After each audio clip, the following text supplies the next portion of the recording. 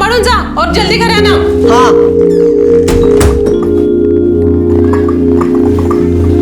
जा।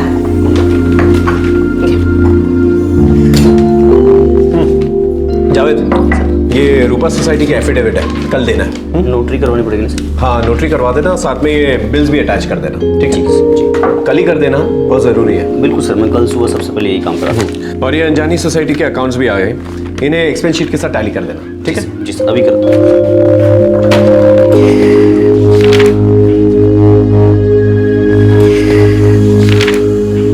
एक मध्यम श्रेणी के चार्टर्ड अकाउंटेंट सुरेंद्र दलवी, जो कि हाउसिंग सोसाइटीज के अकाउंट्स का ऑडिट करते थे और सोसाइटीज का रजिस्ट्रेशन भी, और इस काम में उनका सहयोगी था जावेद खान।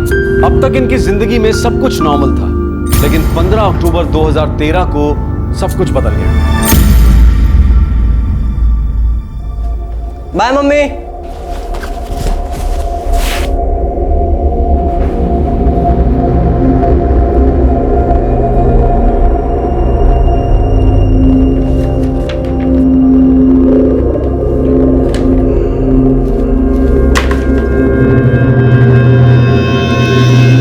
तुम्ही डायल केलेला नंबर बंद आहे, कृपया थोड्या वेळाने पुन्हा।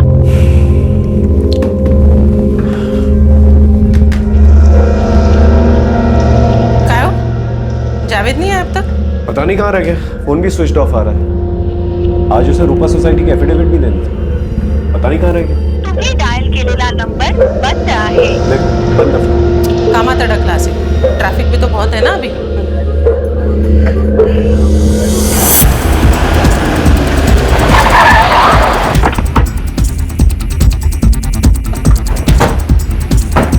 कौन सा बिल्डिंग है? यही बिल्डिंग है सर।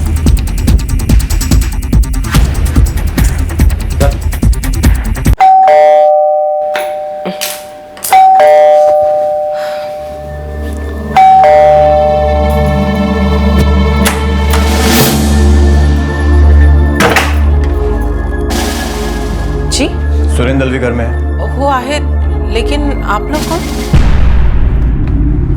जावेद, क्या हुआ क्या है? सुरेंद्र दलवी कहाँ है?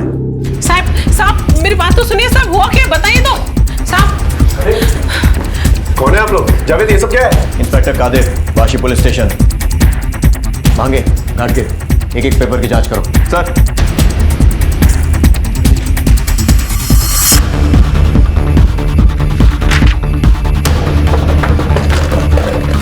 इंस्पेक्टर साहब, लेकिन हुआ क्या है? जावेद, क्या किया तूने? ये पेपर जो इसके पास से बरामद हुआ है जाली है। तुम दोनों मिलकर ये धंधा करते हो? नहीं साहब, आपको कोई गलतफहमी हुई है। सर, यहाँ बहुत सारे पेपर्स हैं, सबके सब चेक करने होंगे। नहीं साहब, मैं कह रहा हूँ ना, आपको कोई गलतफहमी हुई है। मैं सेम कई सालों से ही काम करता आ रहा हूँ। अच्छा, मतलब ये जाली पेपर का धंधा काफी लंबे समय से चल रहा है। अब इतना ही लंबा समय हिरासत में बिताने की आदत डाल लो। नहीं जावेद, ये सब क्या है? सर मुझे कुछ नहीं पता सर, मैं तो बस इनके लिए काम करता हूँ सर, जो ये बोलते हैं वही करता हूँ, मैंने सच में कुछ नहीं किया सर। मांगे सुरेंद्र दलवी को हिरासत में लो। घाट के सारी फाइलें जब्त करो। साहब मेरी बात सुनिए, देखिए ये ऐसा कुछ नहीं कर सकते साहब मेरे पति ऐसा नहीं कर सकते साहब, उन्होंने ऐसा कुछ नहीं किया साहब बात तो मानिए, उसने कुछ नहीं किया साहब उन्होंने। हर मुजरिम पकड़े जाने पर यही कहता है मैडम। नहीं साहब मेरी बात मानिए साहब, इन्होंने सचमुच कुछ नहीं किया है साहब। साहब सच कह रहा हूँ साहब, मैंने कुछ नहीं किया साहब। शायद जहाँ से पेपर खरीदे होंगे उसने शायद फर्जी पेपर दिए होंगे, मुझे कुछ नहीं मालूम है साहब। सर मुझे कुछ नहीं मालूम सर, मैं सुरेंद्र जी के लिए काम करता हूँ, जो ये कहता है वही करता हूँ सर, मुझे सच में कुछ नहीं मालूम सर। अच्छा, तो दोनों को कुछ नहीं मालूम। जब जेल में डंडे पड़ेंगे ना, तब सब याद आ जाएगा। साहब यकीन मानिए, मैं ईमानदार हूँ, मैं कहीं का नहीं रहूंगा साहब। आपको जो चाहिए आप ले लीजिए, मैं देने को तैयार हूँ, मुझे छोड़ दीजिए। एक तो जालसाजी करते हो और ऊपर से पुलिस वाले को रिश्वत देने की कोशिश करते हो। नहीं साहब, देखिए हम लोग ना बहुत ही सिंपल और मामूली से लोग हैं साहब, ये सब ऐसे काले धंधे करने का हम तो सोच भी नहीं सकते। मैडम, जो लोग इतनी बेशर्मी से रिश्वत दे सकते हैं ना, वो कुछ भी कर सकते हैं। नहीं साहब मैं इनको सालों से जानता हूँ सर, इनके पास काम करता हूँ, ये ऐसा नहीं कर सकते साहब हमको छोड़ दो साहब, हमने कुछ नहीं किया साहब यकीन मानिए साहब, मुझे कुछ नहीं मालूम है साहब। साहब मेरे पति ऐसा सही में कुछ नहीं कर सकते साहब इन्हें छोड़ दीजिए। तुम एक एक पेपर की जांच करोगे और जो भी जाली निकलेगा उसे ईमानदारी से बदल दोगे। साहब मैं सब पेपर बदल दूंगा साहब, सब पेपर बदल। 4 लाख। 4 लाख दे दो, मामला रफा दफा हो जाएगा। सब 4 लाख नहीं है मेरे पास साहब। चल। सब कम कर दीजिए साहब, सच में 4 लाख नहीं है मेरे पास साहब। थोड़ा कम कर दीजिए साहब। हाँ सब अभी छोड़ दीजिए थोड़ा कम कर दीजिए साहब। प्लीज सब छोड़ दीजिए प्लीज। थोड़ा सा कम कीजिए साहब।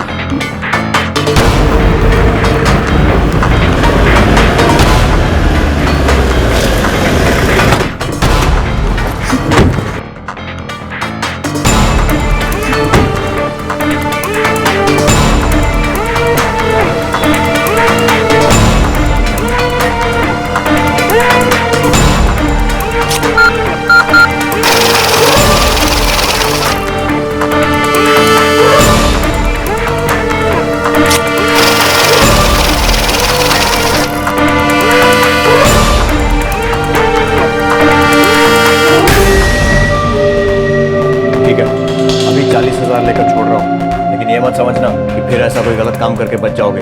साहब मैं अभी जाकर एक पेपर चेक कर, कोई भी गलती निकली ना तो मैं उसी वक्त पेपर बदलूंगा।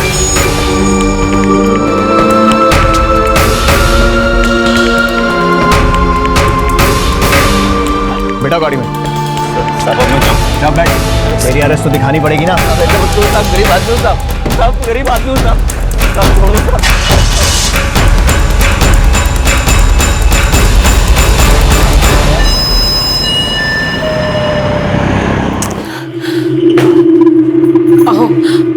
आप एक बार ये सारे पेपर ठीक से चेक क्यों नहीं कर लेते?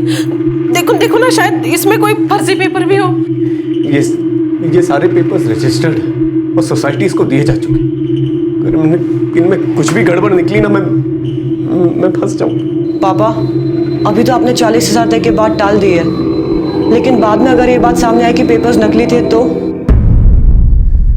मोहित, मुझे पता नहीं, मैं एक मुसीबत से बुरी तरह से निकला हूं, अब दोबारा किसी मुसीबत में फंसना नहीं चाहता। पापा, आपको सच में नहीं पता था कि ये जाली पेपर्स हैं?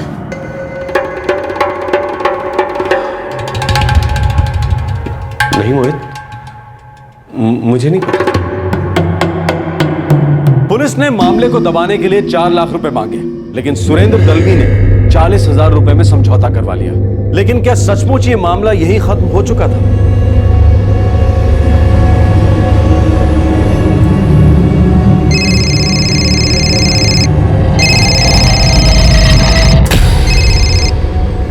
हाँ जावेद, बोलो। सर मैं फंस गया हूँ सर, आप तो निकल गए इस मुसीबत से और मुझे फंसा दिया सर आप।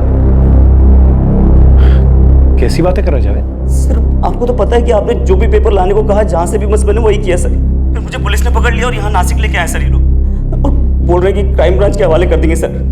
सर मुझे बचा लो सर। लेकिन तुझे नासिक लेकर क्यों गए? केस दबाने के लिए तो मैंने 40,000 रुपए दिए थे ना। आप तो पैसे देके छूट गए सर और मुझे फंसा दिया आपने सर। ये लोग 8 लाख रुपए मांग रहे हैं सर मुझे छोड़ने के लिए। क्या? सर मुझे इस जेल से बाहर निकालो सर, गरीब आदमी सर, कहाँ से लाऊंगा 8 लाख? क्राइम ब्रांच वाले मार मार के मेरी हड्डी पसली एक कर देंगे सर, प्लीज मुझे यहाँ से बाहर निकालो। देख जावेद, मुझसे जो बन पड़ा मैंने किया, इससे ज्यादा नहीं कर सकता। तू जो कर सकता है तू कर, मैं तेरी मदद नहीं कर सकता। जा।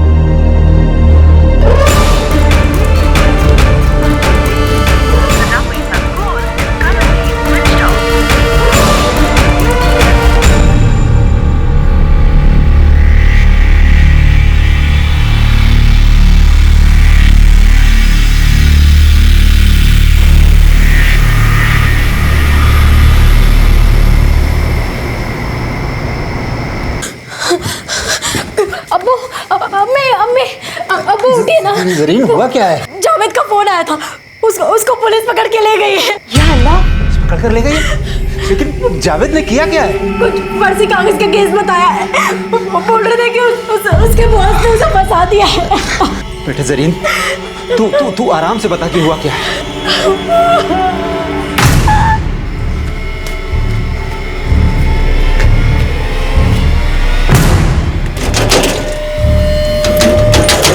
अस्सलाम वालेकुम चाचा, क्या हुआ?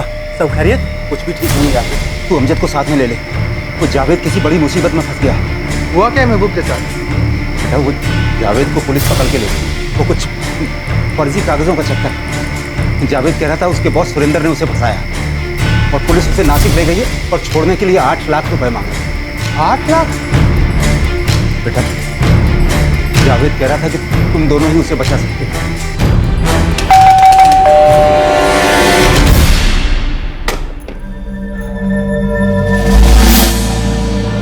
कौन हो तुम लोग?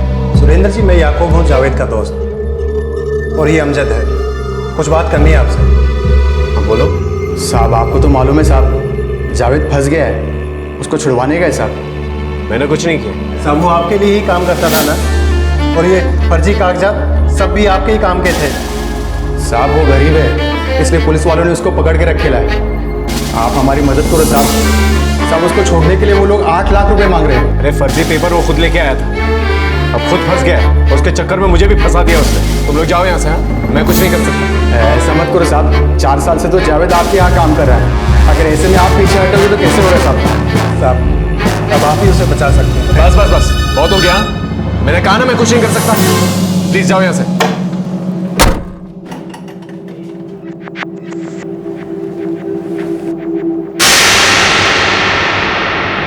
पापा, ये सब क्या हो रहा है? ये पेपर सचमुच कहीं जाली तो नहीं है? आशा, मेरा यकीन करो, मुझे कुछ नहीं पता। पापा, अगर जावेद फंस गया है तो आप फिर से फंस सकते हैं।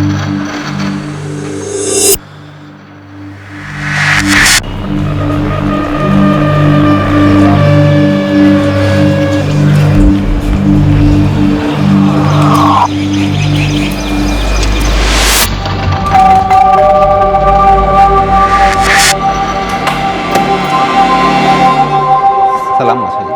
महबूब चाचा, आप? आशा जी, हम लोग बर्बाद हो गए हैं साहब। वो लोग मारने पीटने का धमकी दे रहे हैं।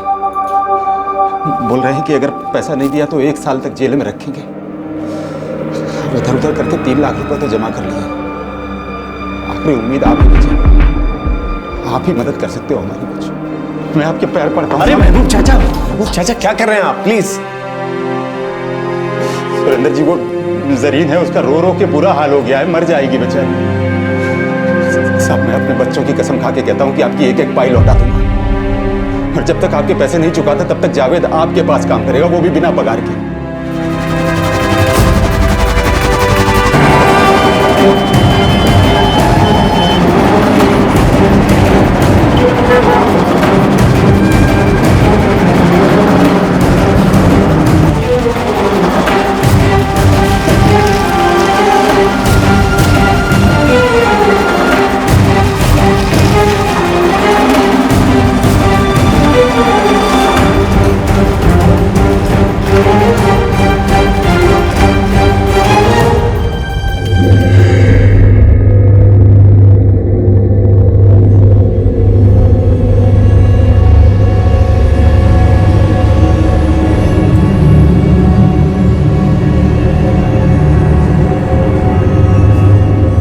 चल निकल, छुट्टी तेरी।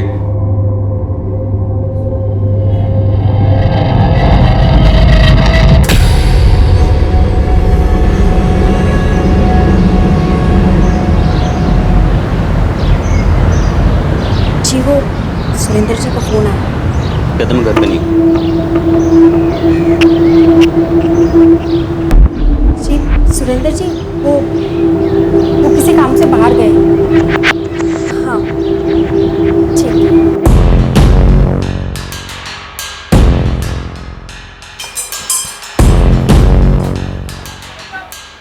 काय हो?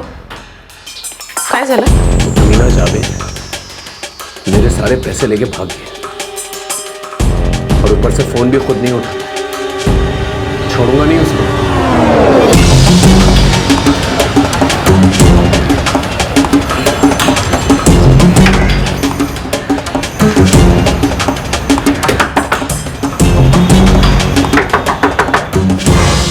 अरे सुरेंद्र जी, नमस्ते। हाँ नमस्ते। जावेद का? मुझे माफ कर दीजिए सर, मुझे आपके साथ कोई काम नहीं करना है। बहुत अच्छा फंसाया आपने मुझे। होश में तो है जावेद? मैंने फंसाया तुझे? आपने जब जो पेपर जहाँ से लाने को बोला मैं लेकर आया, और बाद में पता चलता कि पेपर जाली है। और पुलिस को नाम किसका किया? मेरा। गरीब आदमी हूँ सर, मेहनत करके आगे बढ़ना चाहता हूँ, और आपने ये सलूक किया मेरे साथ। जावेद, तू कुछ भी बोल रहा है मेरे बारे में? देख तुझे मेरे साथ काम नहीं करना है ठीक है, लेकिन मेरे 5 लाख रुपए मुझे लौटा दे। वो पैसे नहीं दे सकता सर। क्या मतलब नहीं दे सकता? हाँ, मार्केट से लोन उठा के तुझे छुड़ाने के लिए दिए थे मैंने, मुझे वापस चाहिए पैसे। कौन से पैसे सर? फंसाया भी आपने और छुड़ाने का नाटक भी आपने किया। ये सब चालती है आपकी सर, मैं सब समझता हूँ। क्या समझ में आता है? हाँ, मुझे मेरे पैसे वापस चाहिए। और महबूब चाचा आप गिड़गिड़ाते हुए आए थे मेरे पास, अपने बच्चों की कसमें खाई थी कि पैसे लौटा देंगे। उसको 3 लाख रुपए दूसरों को भी लौटाने, वैसे भी फंसाया तो आपने ही है ना इसे। जावेद ने मुझे सब साफ साफ बता दिया है। पुलिस आपको छोड़ने के लिए 40,000 रुपए देती और एक गरीब को छोड़ने के लिए 8 लाख रुपए। सुनिए साहब, अब हमारी गरीबी का फायदा मत उठाइए। अच्छा, मैं खूब समझ रहा हूं, ये तुम दोनों की मिली भगत है ना। पहले मुझसे ही पैसे लूटे हैं और अब मुझे पे उंगलियां उठा रहे हो तुम लोग। लेकिन मैं चुप बैठने वाला नहीं हूं, अपने पैसे ना निकलवा के रहूंगा मैं।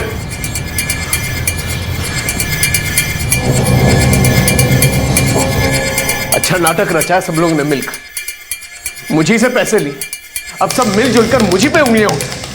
पापा, असली सवाल यह है कि वो पेपर्स वाकई नकली हैं भी या नहीं। मेरी तो कुछ समझ में नहीं आ रहा, ये सब हो क्या रहा है?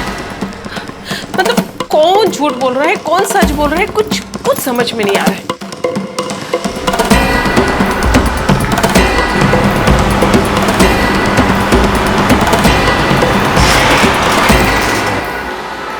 ठीक से बताओ एग्जैक्टली हुआ क्या? साहब वो लोग वाशी थाने से थे। इंस्पेक्टर कादिर, सब इंस्पेक्टर भांगे और असिस्टेंट इंस्पेक्टर घाटके। कौन है आप लोग? जावेद, ये सब क्या है? Inspector Kadir, Vashi police station, Mange Ghatke. वो लोग जावेद को नासिक ले गए और धमकी दी थी कि क्राइम ब्रांच के हवाले करेंगे।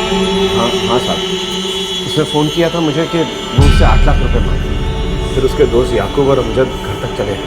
आप हमारी मदद करो साहब।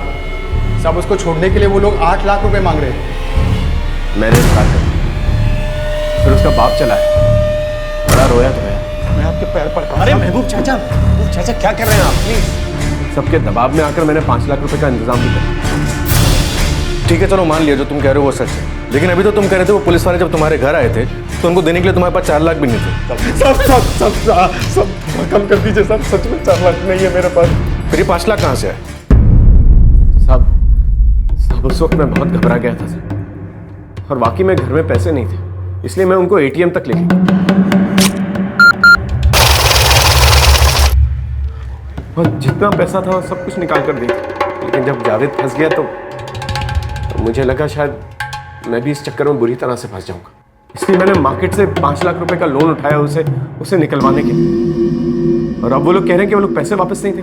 और साहब मैंने सारे पेपर्स चेक किए, एक भी पेपर फर्जी नहीं। इस सारा का सारा खेल ना जावेद का रचा हुआ है, मुझे लूटने के लिए। ठीक है, हम लोग जावेद को इंक्वायरी के लिए बुलाते हैं, जाइए।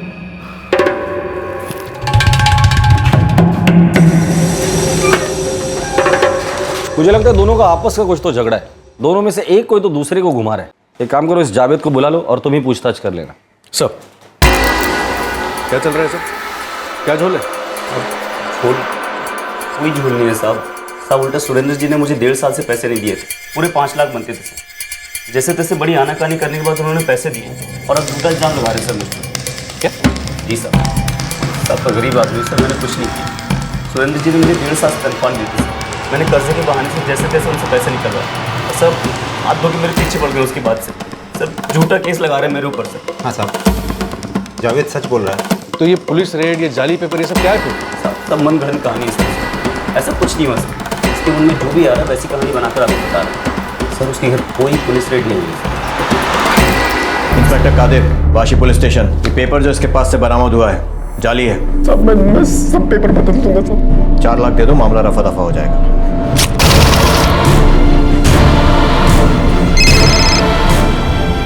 बोलो। मैं फंस गया उसे और पुलिस उसे नासिक ले गई है और छोड़ने के लिए 8 लाख रुपए मांगे। साहब अब आप ही उसे बचा सकते हैं, मैं आपके पैर पड़ता हूं। अरे महबूब चाचा क्या कर रहे हैं आप? प्लीज। सब तरीके हैं साहब मुझसे पैसे निकलवाने के, गरीब आदमी हूँ साहब। हाँ साहब, मैं तो उससे मिलने कभी गया ही नहीं। साहब ना ही मेरे दोस्त याकूब और अमजद कभी उससे मिले साहब, बिना मतलब में हम लोगों को परेशान कर रहे हैं। साहब मैं एक छोटा मोटा मैकेनिक हूँ साहब, और मेरी एक ऑमलेट की लॉरी है साहब। और हम लोग इससे पहले इस सुरेंद्र दलवी से कभी नहीं मिले साहब। साहब कभी कभार जावेद के मुंह से उसका नाम सुना था। वो 4 साल से उसके यहाँ काम करता है ना।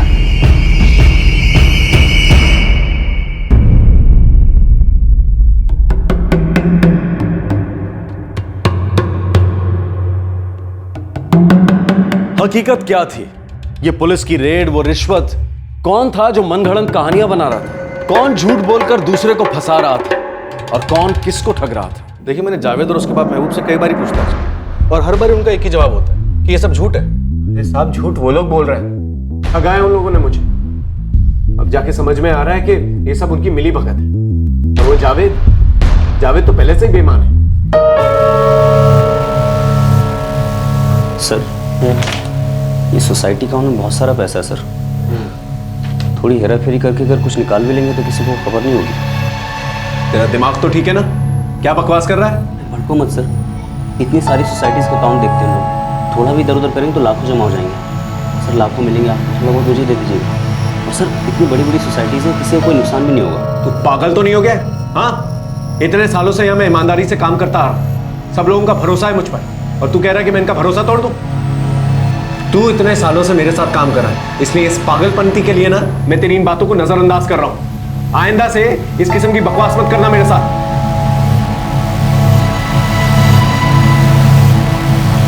उसके दिमाग में धोखाधड़ी की बातें पहले से थी, लेकिन मुझे क्या पता था कि वो मुझे ही धोखा देके चला जाए। सुरेंद्र जी, मुझे लगता है कि जावेद के और आपके बीच का कोई आपसी झोल है। अब कौन सच बोल रहा है, कौन झूठ बोल रहा है, वो आप दोनों जानो। पर अपने आपसी लफड़े में पुलिस को मत घसीटो।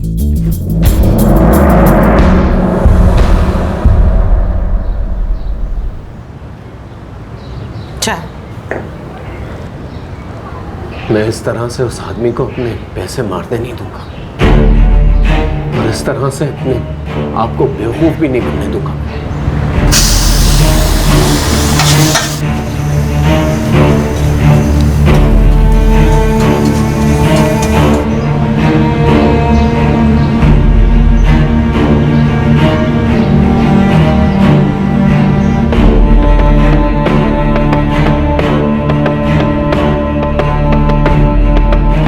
साहब 2 महीने से थाने के चक्कर लगा रहा हूं, कोई सुनने वाला ही नहीं।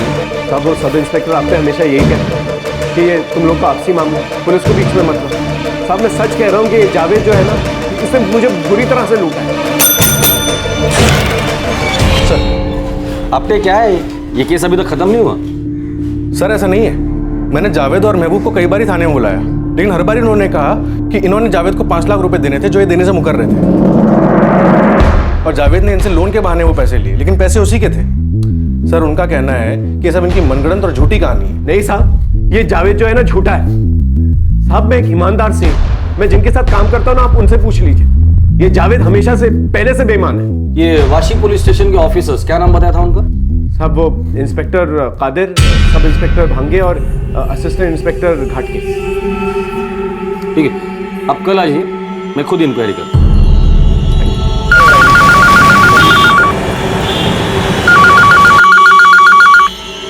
Inspector Achrekar, Vashi police station.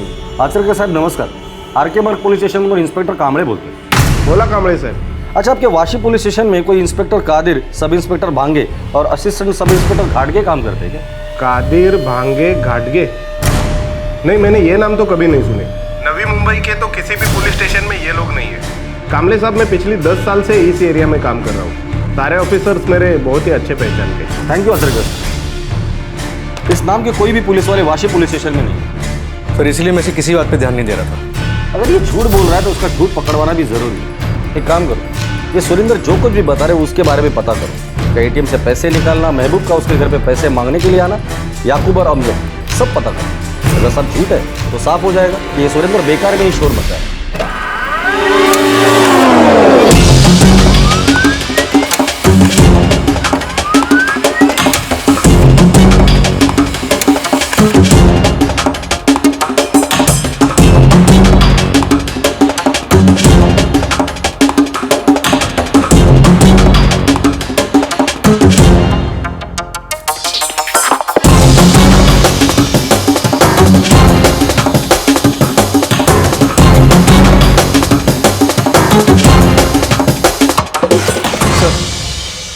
समझ में नहीं आ रहा, बड़ा लंबा झोल लग रहा है ये।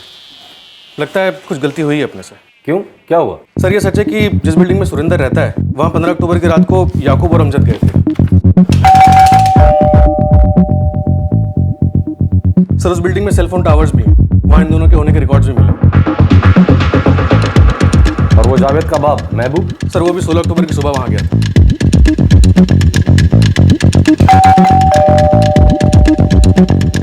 और सर 15 और 16 अक्टूबर को जावेद नासिक में ही था। उसने 15 अक्टूबर की रात 11:30 बजे सुरेंद्र को फोन भी किया। हाँ जावेद बोलो। सर मैं फंस गया हूँ सर। सर 15 अक्टूबर दोपहर 12:55 पर सुरेंद्र वाकई एटीएम पे गया और उसने किसी को पैसे निकाल के दिए।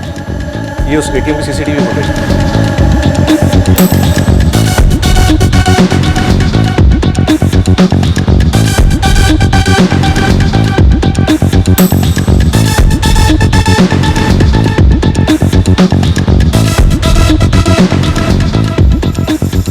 अब तक काय काम करता तुम लोग?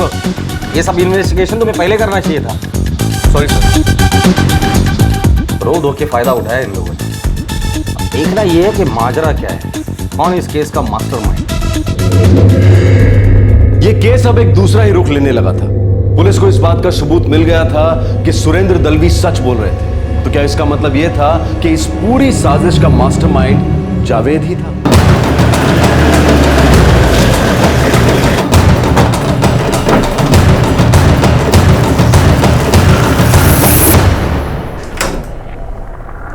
जावेद तो घर पे नहीं है साहब। कहाँ गया? और फोन क्यों बंद आ रहा है उसका? पता नहीं साहब। सब मैंने कुछ नहीं किया। सब दलवी झूठ बोल रहा है, हम छोटे लोगों को फंसा रहा है वो। याकूब और अमजद का घर कहाँ है? सब मुझे सच में नहीं पता कि याकूब कहाँ है। अमजद का ये तो जरूर पता होगा तुम्हें।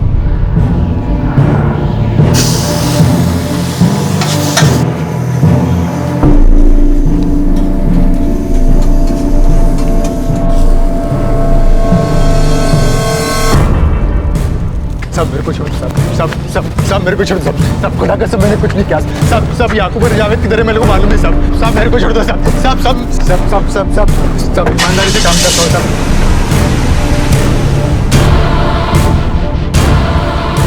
सब मैं सच बोल रहा हूँ, मैं सुरेंद्र जी से कभी नहीं मिला। झूठ बोल रहा है वो। हाँ सब मैंने भी कभी नहीं देखा उनको। तुम लोग सुरेंद्र को मिले थे, इसके सबूत है मेरे पास। जब तक मुंह नहीं खोलोगे ना, यही सड़ाऊंगा। अब दोनों तय कर लो, सबसे पहले मुंह कौन खोलेगा? महबूब चाचा जावेद किधर है? अरे नहीं पता कहाँ गया वो, फंसा के चला गया है हम लोगों को। अब पे याकूब और जावेद के घर के बाहर कांस्टेबल लगा था, आग भाग के जाएंगे कहाँ? सर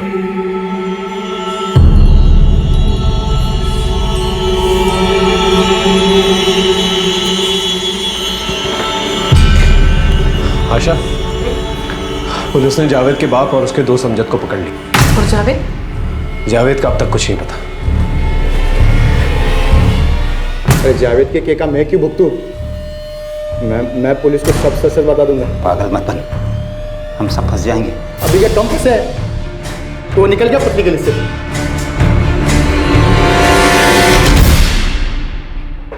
तो कौन मुंह खोलेगा पहले? साहब मेरे को आगे पीछे का कुछ नहीं मालूम साहब, मेरे को ज्यादा भी कुछ मालूम नहीं है। लेकिन उस रात को महबूब चाचा याकूब को लेकर मेरे घर को आए थे। बेटा वो जावेद को पुलिस पकड़ के ले गई है। इनके कहने पर साहब हम लोग सुरेंद्र के घर गए थे। आप हमारी मदद करो साहब। साहब उसको छोड़ने के लिए वो लोग 8 लाख रुपए मांग रहे हैं। और फिर महबूब चाचा पैसे लेकर हमारे पास आए और नासिक जाने को कहा जावेद को छिड़वाने के लिए।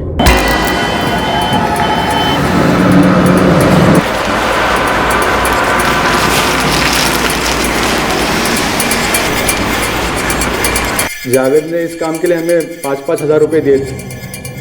तो ये जावेद का प्लान था? रानी साहब किसका प्लान था? ये कादिर, भांगे और घाड़गे, ये लोग कौन? खुदा कसम साहब मेरे को इससे ज़्यादा कुछ नहीं मालूम साहब। जितना भी मालूम था मैंने सब सच सच बता दिया साहब। अब ज़्यादा मुझे भी कुछ पता नहीं है कि जावेद ने कैसे क्या किया। बस उस रात उसका फ़ोन आया था अपनी बीवी जरीन को। अम्मी उठिए ना। जरीन हुआ क्या है? फिर मैंने जावेद से बात की थी, हाँ अबू, अभी के अभी याकूब और अमजद को सुरेंद्र जी के घर भेजो, उनसे 8 लाख रुपए मांगने को बोलना। 8 लाख? लेकिन जावेद हुआ क्या है? वो मुझे पुलिस ने पकड़ लिया है। किसी को कानो कान खबर नहीं होनी चाहिए, ऐसे सुमड़ी में सब कुछ करो। याकूब और अमजद वहाँ से खाली हाथ लौटे। फिर मैंने जावेद को फ़ोन किया।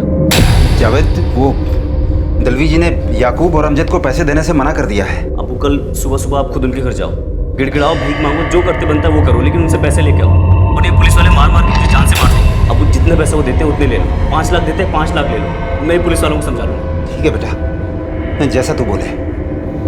मैं खुद जाता हूँ सुरेंद्र जी के पास। साहब, मैंने सुरेंद्र जी से पैसे लेकर याकूब और अमजद के हाथ नासिक भेज दिए थे। उसके बाद मुझे कुछ नहीं पता साहब। सब मिले हुए हैं, अपने बेटे के साथ मिला हुआ है। अब चुपचाप बता दे ये घाटगे, भांगे और कादिर ये है कौन? सच्ची कह रहा हूँ, मुझे कुछ नहीं पता साहब। ये तो मुझे बाद में पता चला कि ये सब नाटक था। जावेद ने आकर मुझे बताया। नाटक? ये सब तूने नाटक किया था? लेकिन किस लिए? अब आप इस सब में ज्यादा मत घुसो। ये मेरा ही पैसा है जो मुझे दलवी से निकलवाना था, कुछ लौटाना नहीं है उसको। लेकिन जावेद, मैंने दलवी साहब से वादा किया था कि तू उन्हें पैसे लौटा देगा। अब आप फिक्र मत करो, ये जाली कागजात के चक्कर में वैसे बहुत डरा हुआ है, ज्यादा आवाज नहीं उठाएगा। और इन जाली पेपर्स का क्या मामला है? ये सब मुझे सच में नहीं पता। सच में कोई जाली पेपर्स थे या ये भी जावेद का रचा हुआ नाटक था? नहीं मालूम साहब। मुझे लगता है ये जाली पेपर्स का नाटक जावेद ने खड़ा किया है, सुरेंद्र दलवी से पैसे लूटने के लिए। तो शायद सुरेंद्र सच कह रहा है कि जावेद हमेशा शॉर्टकट से पैसा बनाने के बारे में सोचता रहा। जावेद कौन से बिल में जाके छुपा बैठा है? ढूंढो उसे। जावेद और याकूब के घर वालों को बुलाओ, डराओ, धमकाओ, कुछ भी करो। भाग भाग के जाएंगे कहाँ? सीधे शरीफ होने का फायदा उठाया उस आदमी ने, सारा नाटक किया, फिर फर्जी पेपर से डराया, धमकाया और मुझे लूट ले गया। पता नहीं पुलिस कभी उसे ढूंढ भी पाएगी या नहीं। पुलिस लगातार जावेद और याकूब पर दबाव बना रही थी। जावेद के अब्बा हिरासत में थे और उनके घर भी लगातार पुलिस की निगरानी में थे। जावेद और याकूब ये समझ गए थे कि पुलिस ढील देने वाली नहीं है, मामला ठंडा नहीं पड़ेगा। आखिर 2 महीने बाद उन दोनों ने सरेंडर कर दिया और फिर सामने आई चौंका देने वाली धोखाधड़ी की साजिश।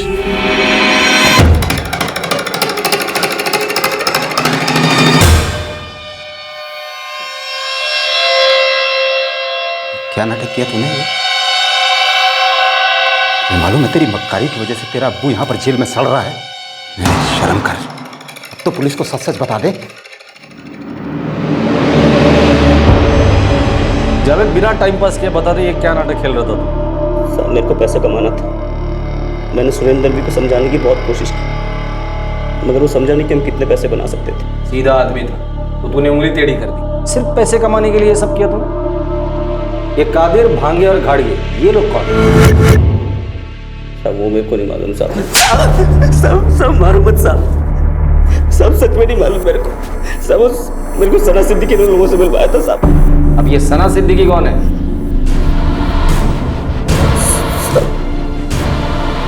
सना वही लोग अपने मोहल्ले में रहती थी।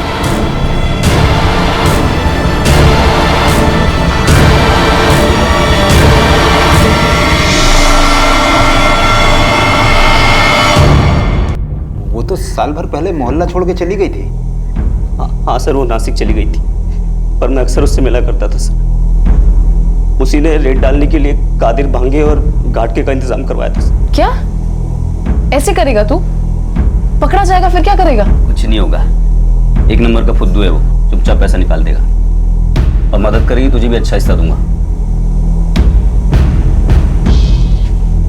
चल ठीक है, कुछ का इंतजाम करती हूँ तेरे लिए। सना ने कादिर, भांगे और घाटके का इंतजाम करवाया था सर।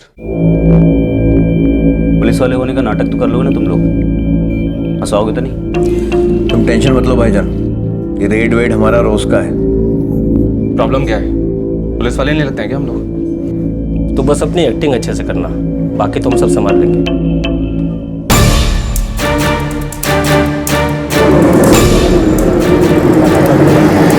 सुनो भाईजान, हो सकता है रेड के दौरान ये लोग तुम्हें 1-2 चमाट भी लगा दें, तैयार रहना। पेपर जो इसके पास से बरामद हुआ है जाली है। सर मैं तो कुछ इनके लिए काम करता हूँ सर, जो ये बोलते हैं वही करता हूँ, मैंने सच में कुछ नहीं किया सर। 4 लाख दे दो, मामला रफा दफा हो जाए।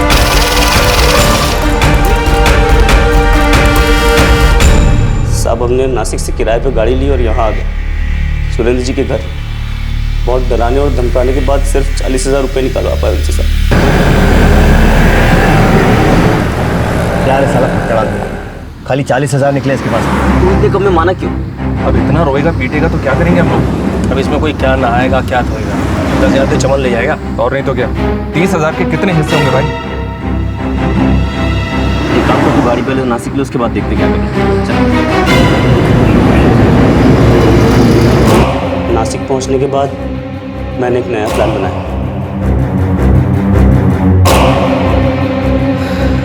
ये मान जाएगा, रोधों के पीछे पड़ जाऊंगा इसके, कुछ भी करके 5 लाख रुपए तो निकलवा ही लूंगा साले से। फिर तो अपना हिस्सा भी बढ़ जाएगा। हाँ अच्छा, इतना सारा नाटक किया, नासिक से उनके साथ यहाँ तक आया, फिर भी तू ये कह रहा है कि तू तीनों को जानता नहीं है? नहीं सर, साहब मैं सच कह रहा हूँ साहब, मैं बस उन तीनों का नाम जानता हूँ साहब, मुझे नहीं पता वो तीनों है कहाँ। साहब मैंने बताया ना, सना सिद्दीकी ने मुझे मिलवाया था साहब। सना सिद्दीकी नासिक में कहाँ रहती है?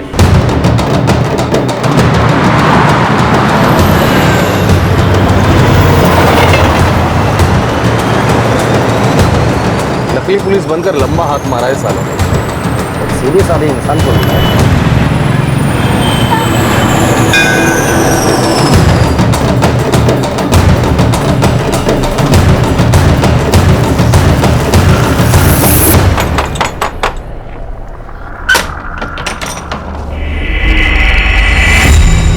असली पुलिस को देख के डर गई सना सिद्दीकी?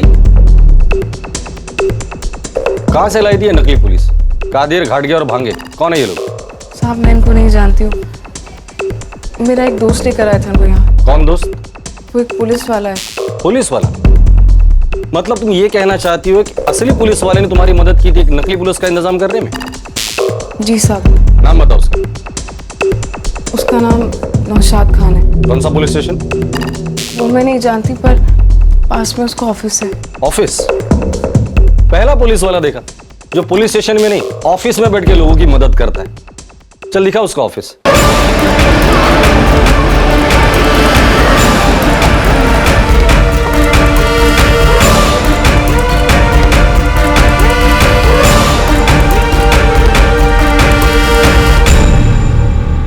पहली बार देखा एक पुलिस वाला प्रॉपर्टी का धंधा खुलेआम कर रहा है। चलो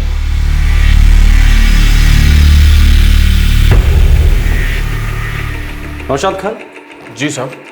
कौन से पुलिस स्टेशन में? मतलब साहब मैं कुछ समझा नहीं। ये मैडम बता रही थी कि तुम पुलिस में हो। नहीं साहब, मैं तो एक प्रॉपर्टी एजेंट हूँ साहब। ये तो आजू बाजू के थानों में सभी पुलिस वालों के साथ अपना अच्छा जान पहचान है ना साहब। तो इधर के लोग ऐसे मुझे पुलिस वाला समझ बैठे सर। क्या हो साहब, कुछ लेंगे? कुछ ठंडा मंगाओ क्या सर? अच्छा अच्छा अच्छा, मतलब पुलिस वालों में जान पहचान है तो खुद को पुलिस वाला ही समझते हैं। अच्छा एक बात बता, ये कादिर, भांगे और घाटगे ये लोग कौन है? ये कौन है साहब? मैं नहीं जानता। सब लगा असली पुलिस का असली थप्पड़ है ये।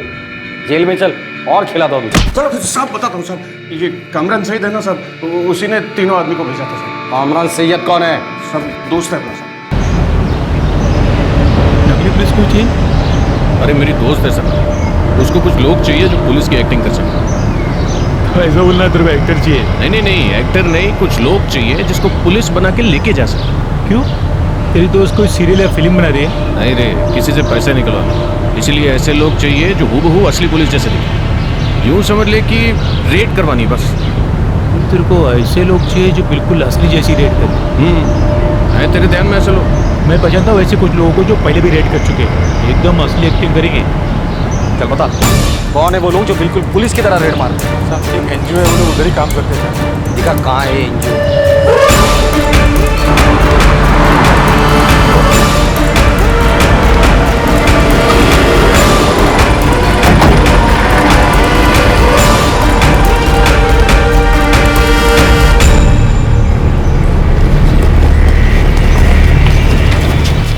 जी सर, हम एक एनालिसिस ब्यूरो चलाते हैं हमारी एनजीओ कई बार पुलिस को जुर्मों के बारे में भी खबर देती है और कई बार हमारे लोग उनके साथ रेड पर भी चले जाते हैं। कादिर, घाटगे और भांगे, क्या ये 3 लोग आपके साथ काम करते हैं? वो वॉलंटियर्स हैं यहाँ पे। काय झालं? वो मैं बाद में बताता हूँ। इस वक्त तीनों कहाँ हैं? अंदर है। आखिर बात क्या है? आप बुलाएंगे उन्हें?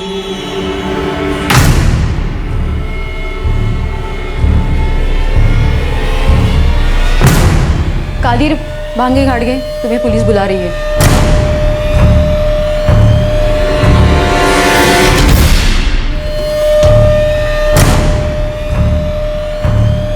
पुलिस की एक्टिंग अच्छी कर लेते। अब एक रोल मैं देता हूं तुम्हें, मुजरिम का। जेल में एक्टिंग करना। चलो।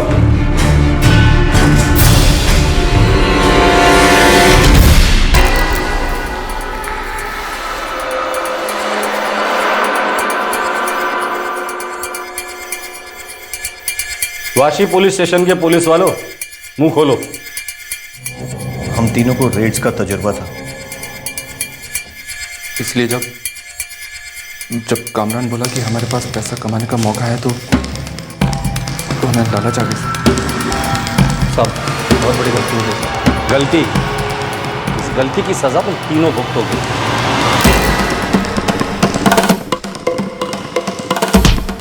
सर, सारा पैसा कहाँ है? पैसे तो खर्च हो गए सर, मेरे पास सब नहीं है सर।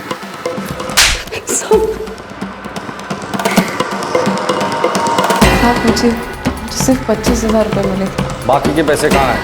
मुझे नहीं पता।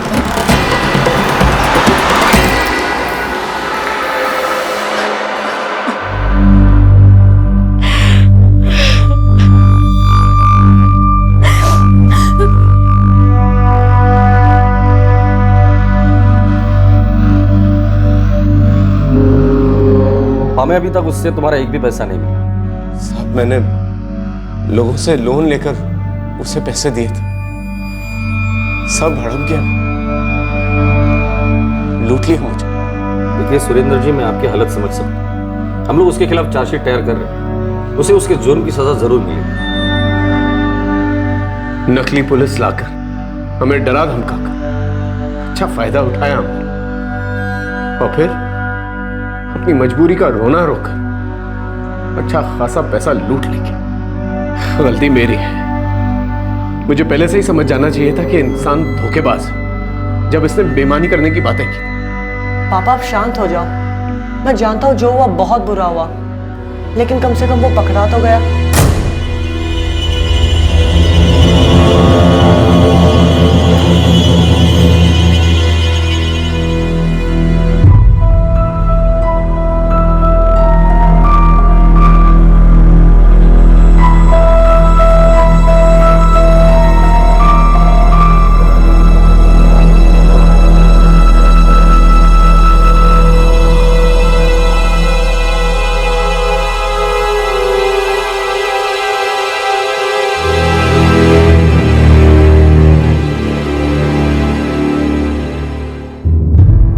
तीन धोखेबाज पुलिस के साथ कुछ दिन काम करने के बाद इतने कॉन्फिडेंट हो गए कि एक फ्रॉड आदमी के एक बेगुनाह आदमी को अपने झूठे नाटक से लूटने में मदद करने में उन्हें जरा भी डर नहीं लगा। सभी मुजरिम इस वक्त न्यायिक हिरासत में हैं, लेकिन चार्टर्ड अकाउंटेंट सुरेंद्र दलवी का पैसा अब तक नहीं मिल पाया है। सरकारी अधिकारियों का किसी काम को करने के लिए पैसा मांगना कोई नई बात नहीं है। हम सबकी जिंदगी में कभी न कभी ऐसा अनुभव जरूर आया है। ऐसे में जब कोई पुलिस के भेष में एक बेगुनाह इंसान के घर आ धमके और उसे इस तरह से डराने धमकाने लगे, तो बिना कोई गलती किए भी वो इंसान इस मुसीबत से छुटकारा पाने के लिए रिश्वत देने को भी तैयार हो जाता है। ऐसे में क्या कोई इंसान धमकाने वाले अफसर से उसकी पहचान दिखाने की मांग करेगा? घर में इस तरह से धमकाते हुए घुस आए सरकारी अधिकारी से कौन उसका पहचान पत्र मांग सकता है? सच बोले तो कोई नहीं। जिसके पास ताकत है वो उसका नाजायज इस्तेमाल करने से कभी नहीं चूकता है। हर मौके पर, हर जगह पर, ज्यादातर हर अधिकारी अपनी इस ताकत का इस्तेमाल करता ही है।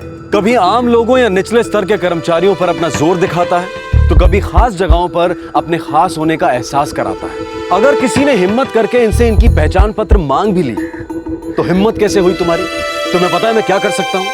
ऐसी धमकियों की बाढ़ आ जाती है। सरकारी कर्मचारियों को अक्सर हम पब्लिक सर्वेंट यानी कि जनता का सेवक कहते हैं, लेकिन असल में ये जनता के मालिक बनकर जनता के साथ नौकरों से भी बुरा बर्ताव करते आए हैं। ये व्यवहार घिनौना तो है, पर सच्चाई ये है कि ये हमारे सिस्टम का हिस्सा बन चुका है। अगर आपका सामना किसी ऐसे इंसान से होता है जो सरकारी कर्मचारी होने का दावा कर आपसे इंपॉर्टेंट कागजात या जानकारी मांगने की कोशिश करता है, तो उससे उसका पहचान पत्र जरूर मांगे।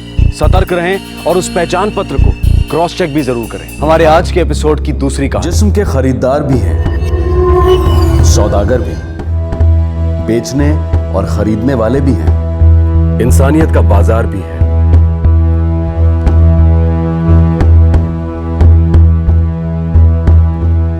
तस्करी।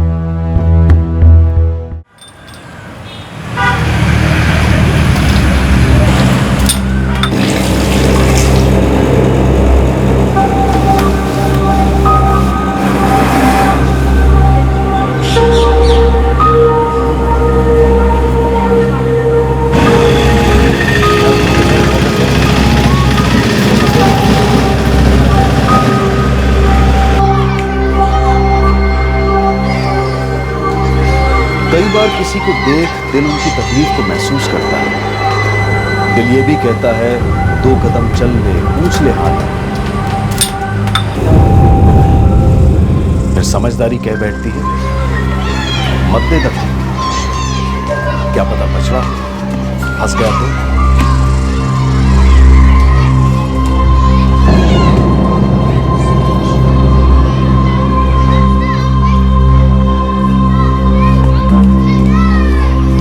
महसूस सभी करते हैं, छू सभी को जाता है। कुछ लोग कूद पड़ते हैं। जहां इंसानियत का बाजार है, वहीं इंसानियत का खुमार भी है।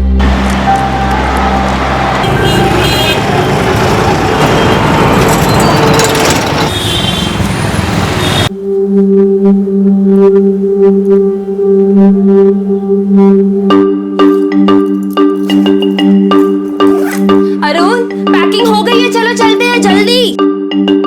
हाँ रूपा, जल्दी चलो जल्दी चलो। अगर ट्रैफिक में फंस गए ना तो प्रॉब्लम हो जाएगी। चलो। अच्छा लाइट चेक कर लेना। टिकट्स चेक कर ले। टिकट्स हैं पापा मेरे पास, चलो ना।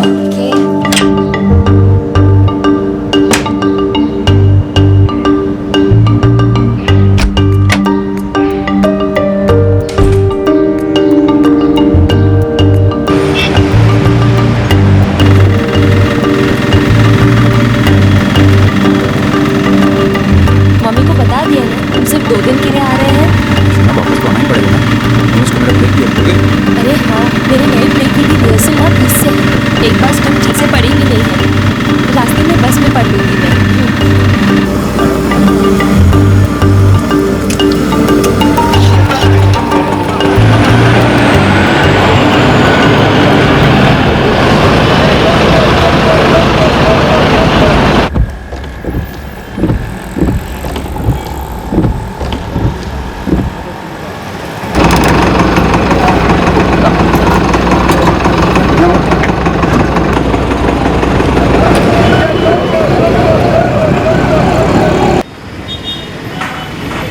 बस में घुसते ही मुझे अजीब सी फीलिंग आने लगती है। एक मिनट टिकट ओके S1 कम। अरुण, एक मिनट। क्या हुआ? स्क्रिप्ट। एक बात बताओ, ये हर चीज तुम्हें एंड टाइम पे क्यों याद आती है? That's it. ये तुम्हारी स्क्रिप्ट, Thank you. म्यूजिक क्या है? अच्छा सुनो, जूस लोगे कि पानी? पानी। आज भी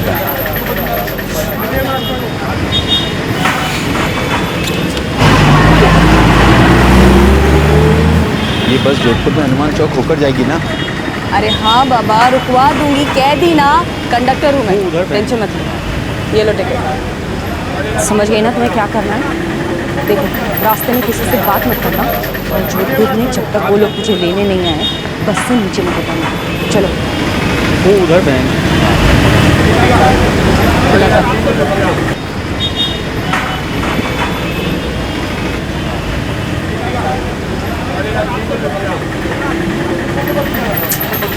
सामान ये तेरी सीट है।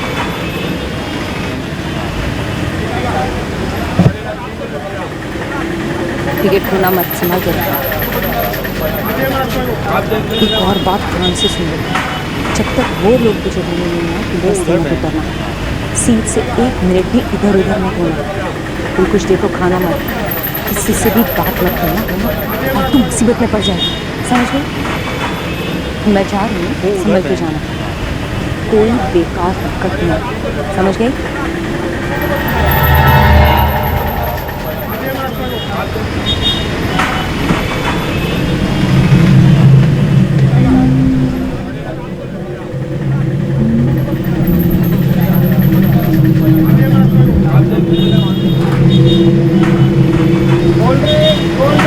मैडम, वो आसिफ वाली लड़की जरा ध्यान रखिएगा कहीं उतर ना जाए।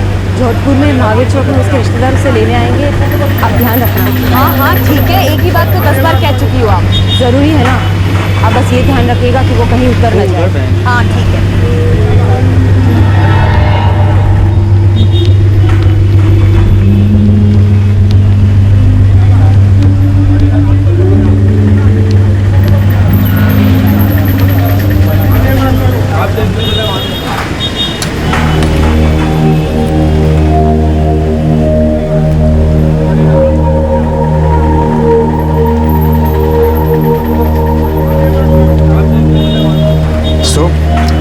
गुस्सा खत्म हुआ? अभी पढ़ना शुरू किया है, बस सीन खुल गई।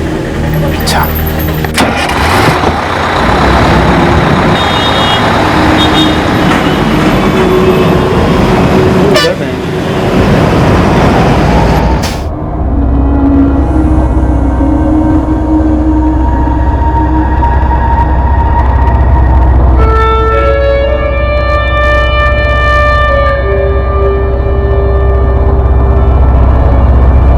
बस अभी दिल्ली से जोधपुर के लिए निकली थी। रूपा को लग रहा था कि उस लड़की के साथ सब कुछ नॉर्मल नहीं था। जिस तरह से वो औरत इस लड़की को समझा कर गई थी, रूपा ये महसूस कर रही थी कि कहीं कुछ गड़बड़ जरूर है, कुछ तो गलत हो रहा है।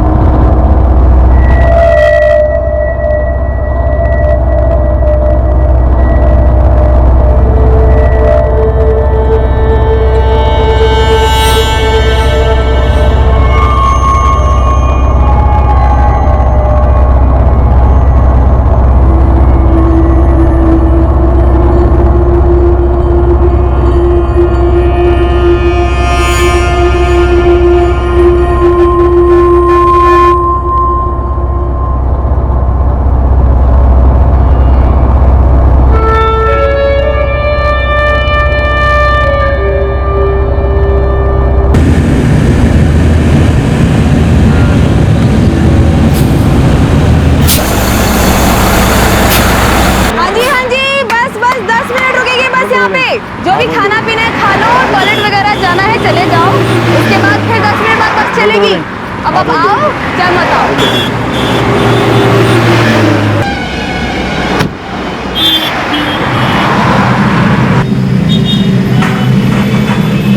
अरुण, अरुण, वॉशरूम जाना है? शोना नींद आ रही है तो जा रहा हूँ प्लीज। और सुनो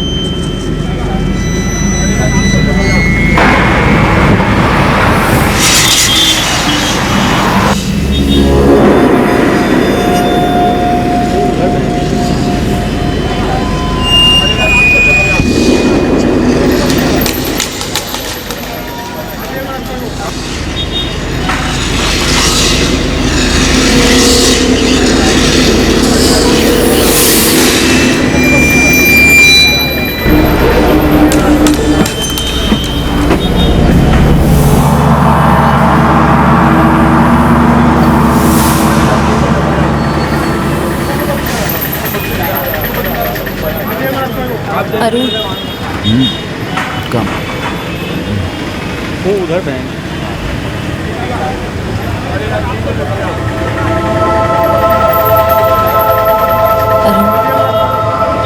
अरुण, उस लड़की को देखो। वो उस लड़की को देखो, खिड़की पे बैठी है, आराम से घूम के देखो प्लीज। हाँ, क्या हुआ उसको? मुझे कुछ पंगा लग रहा है। ऐसा क्यों लग रहा है? एक औरत उसे छोड़ने आई थी सुबह, जिस तरह से वो बिहेव कर रही थी, उसे समझा रही थी ना, मुझे तो पक्का लग रहा है कि कुछ ठीक नहीं है यहाँ।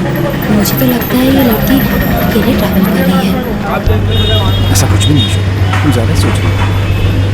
वो अंकल जो उसके बाहर बैठे हैं, उसके साथ नहीं है। वो थोड़ी देर पहले उसके लिए फ्रूट जूस लेकर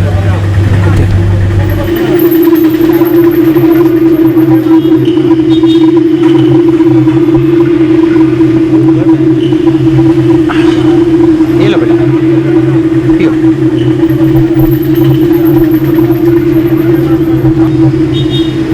नहीं, मुझे नहीं लगता कि ये अंकल उसके साथ है।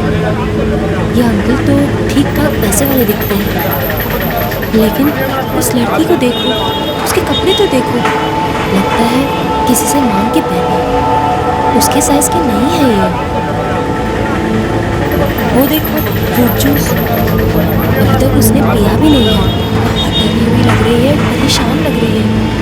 और अरुण, सुबह जो औरत आई थी ना, वो ये भी कह रही थी कि किसी से बात मत करना, कोई कुछ दे तो खाना पीना भी मत, ये सब बोल रही थी। मुझे तो गड़बड़ लग रहा है। अरुण पक्का कुछ चाहिए। तुम अननेसेसरी डाउट्स को रखा, ऐसा कुछ भी नहीं है। हो सकता है उस लड़की को उसकी चिंता, इसलिए ऐसा बोल रहा था। ठीक है, स्क्रिप्ट पे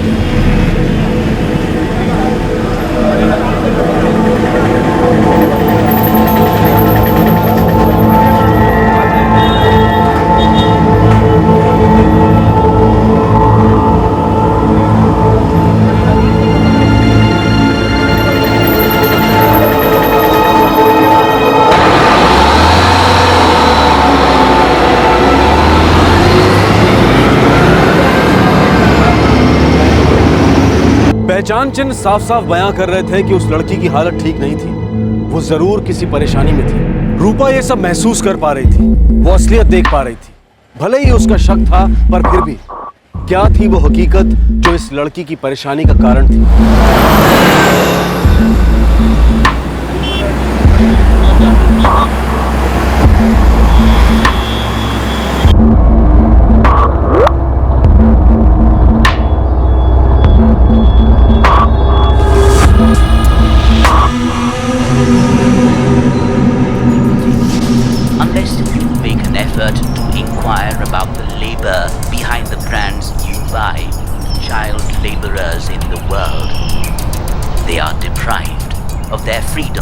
Education and healthcare. They are trafficked and enslaved. They have lost human dignity. Unless you make बहुत अच्छी बनी, काफी इंफॉर्मेटिव। रूपा, ये तो असली तस्वीर का एक बहुत छोटा सा हिस्सा है। कितनी स्टेट्स ऐसे हैं जिन्हें मैं अभी कवर भी नहीं कर पाई। और ये जो ट्रैफिकिंग का चक्कर है ना, हमारे देश में न जाने कितने तरीकों से किया जाता है। जबरन शादी, प्रोस्टिट्यूशन, बाल मजदूरी। और जानती हो सबसे ज़्यादा शिकार कौन होता है? बच्चे। क्योंकि उन्हें जो कहा जाता है वो करते हैं, डर जाते हैं। जबरन उन्हें इधर उधर लेकर जाया जाता है, मिसयूज़ किया जाता है। सबसे ज़्यादा शिकार बच्चे ही होते हैं, क्योंकि इजीली उनको मोलेस्ट किया जा सकता है। अगर मैं जो शक कर रही हूँ वो सही है, तो फिर इस लड़की की ट्रैफिकिंग हो रही है। ये सच है या मैं फालतू में सोचे जा रही हूँ ये सब?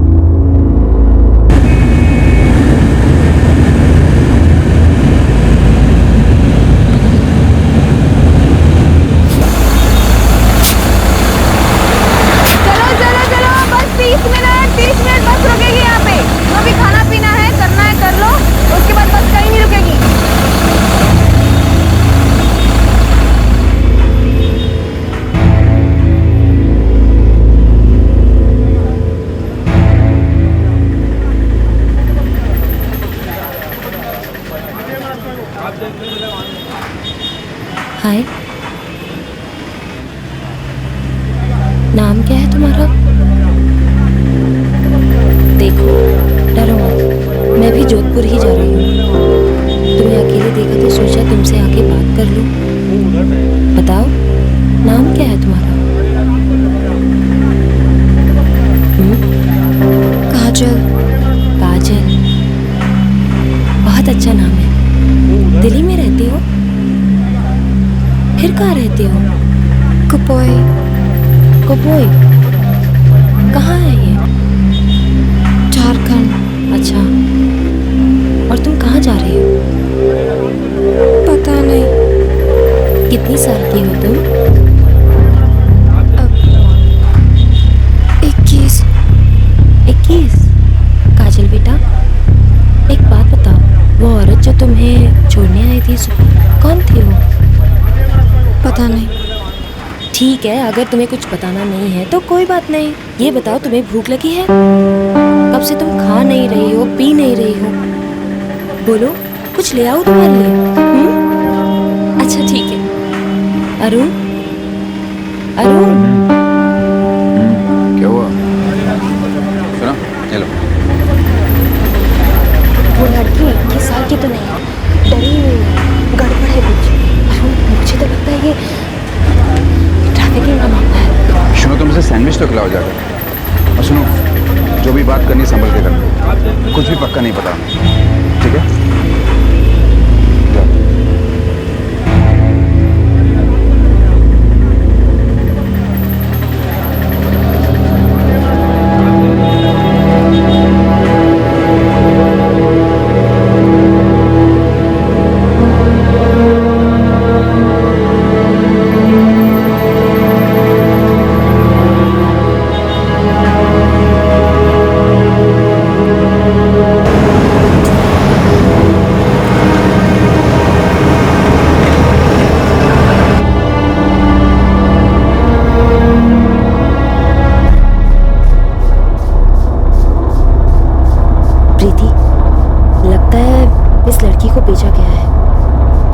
इसे बस स्टैंड में छोड़ने आई थी, तभी मुझे लग गया था कि किसी ने सिखाया है। हो ही नहीं सकता कि ये 21 साल की हो।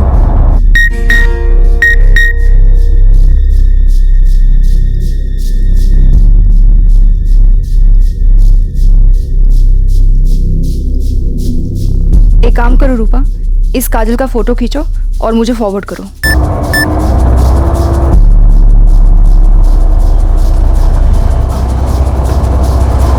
एक्सक्यूज मी अंकल, वो मुझे बाहर के व्यू का एक फोटो चाहिए। Thank you.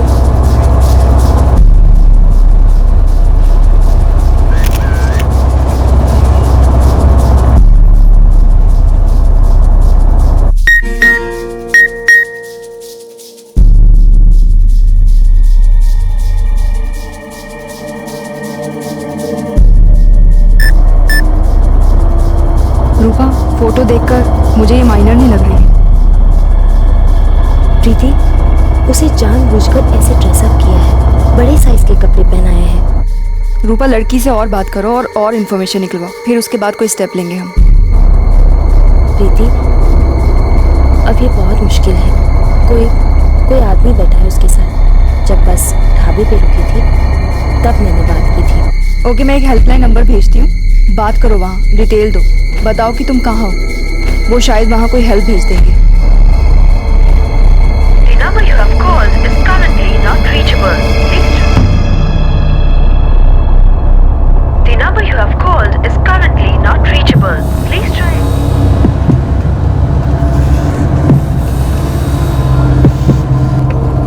काजल, क्या बात है? सब ठीक तो है? हमको पेशाब करना है। एक मिनट।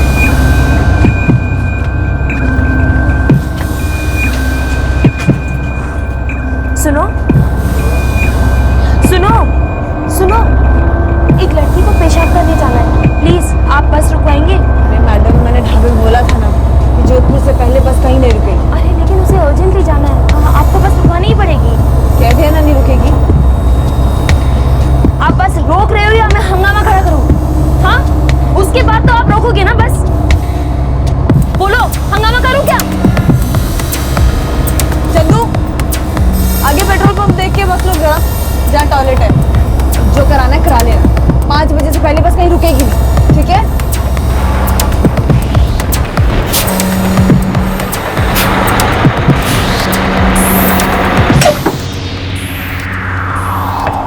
लेकिन मैडम उस औरत ने बोला था इसको कहीं अकेले मत जाने देना। अकेले कहाँ जा रही है? मैं हूँ ना, मैं ध्यान रखूंगी।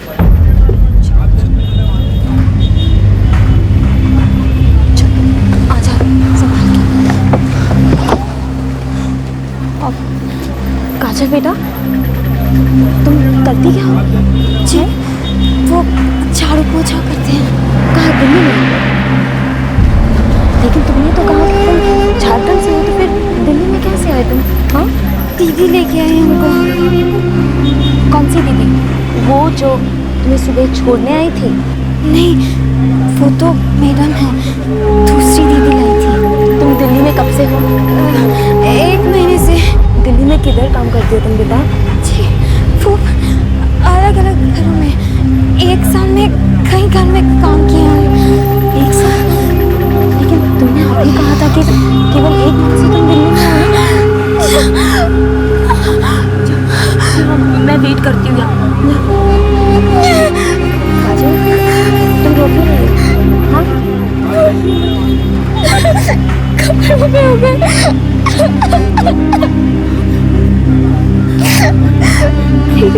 वो हमको कपड़ा बदलना है। शांत हो जाओ, बदलते हैं।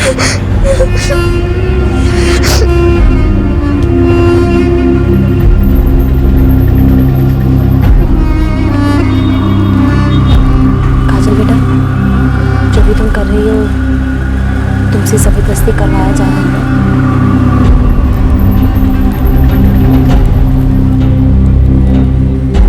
आखिरकार रूपा को समझ में आ गया था कि काजल से जबरन वो काम करवाया जा रहा था जो शायद वो नहीं करना चाहती थी। शायद वो हालात से मजबूर होकर ये सब कर रही थी। लेकिन एक बात तय थी कि काजल की एक ठिकाने से दूसरे ठिकाने तक ट्रैफिकिंग की जा रही थी।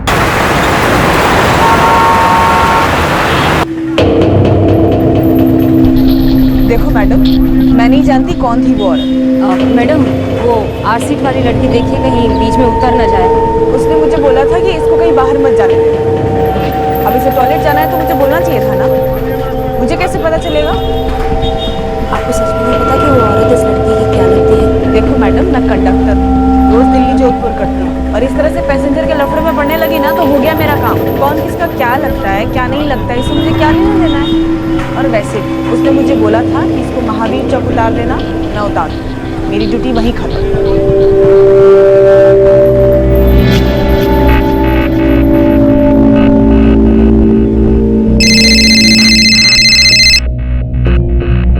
हाँ रूपा, और कुछ पता चला? प्रीति, ये लड़की नाबालिग है और इसे बेचा गया है, ये पक्की बात है। जो हेल्पलाइन नंबर तुमने मुझे दिया था, मैंने बहुत बार ट्राई किया लेकिन वो चल नहीं रहा है। ओके, तुम बहुत सारे एनजीओ में काम करती रही हो ना, बात करो ना किसी से जो ये मैटर सीरियसली ले और तुरंत एक्शन ले। अच्छा, मैं एक काम करती हूँ, मैं दिल्ली के अवेकन एनजीओ से बात करती हूँ, एंड आई एम श्योर वो हमारी हेल्प जरूर करेंगे। You don't worry. ठीक है, हम बस 1 घंटे में जोधपुर पहुंचने वाले हैं। जल्दी करो प्रीति, प्लीज। मैं अभी करती हूँ, मैं अभी करती हूँ।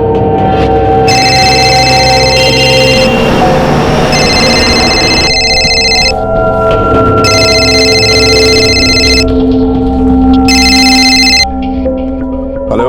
हेलो अभिजीत सर, मैं प्रीति राठौर बोल रही हूँ। हाँ प्रीति, कैसी हो? सर मैं ठीक हूँ, थैंक यू। सर मेरी एक फ्रेंड है रूपा चौधरी, वो और उसके हस्बैंड दिल्ली से जोधपुर ट्रैवल कर रहे हैं। उन्हें बस में एक लड़की मिली है काजल नाम की, और उन्हें शक है कि उसकी ट्रैफिकिंग की जा रही है। प्रीति एक काम करो, मुझे उसकी पूरी डिटेल्स दो।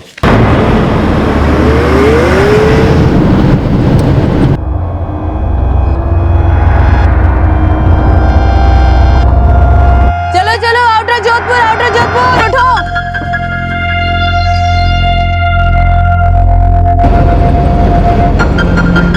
क्या हुआ? वो प्रीति को हेल्प अरेंज करने के लिए बोला है मैंने। महावीर चौक 30-35 मिनट में आ जाओ।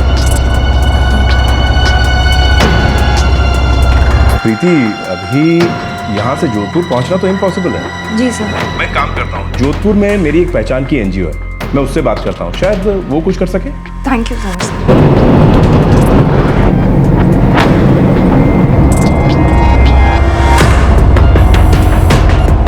प्रीति, हम लोग जोधपुर में एंटर करने ही वाले हैं। 20-25 मिनट में पहुंच ही जाएंगे। मैंने तुम्हारा नंबर थी अभिजीत सर, वो इस बारे में वहाँ पे बात कर रहे हैं, तुम्हें बहुत जल्दी फ़ोन आएगा। ओके, ठीक है।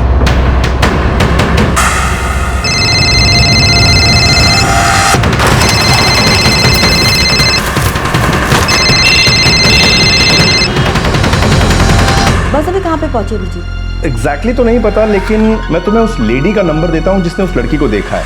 वो उसी बस में है। उसका नाम रूपा है। हाँ, नंबर बताओ। चलो चलो चलो, आगे हनुमान चौक। किस किस को उतरना है? अरे भाई साहब, गारंटी दी थी ना, आइए उतरिए।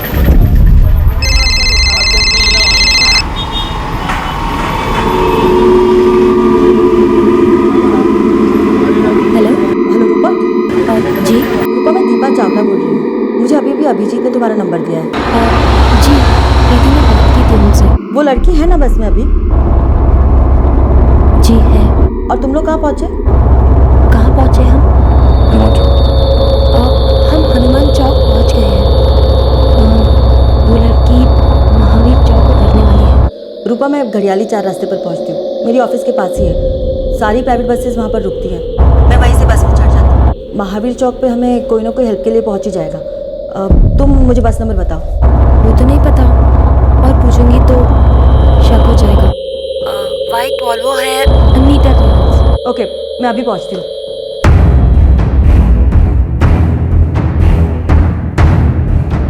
हेलो, महावीर चौक पुलिस स्टेशन। अरे भैया, जरा जल्दी चलो ना।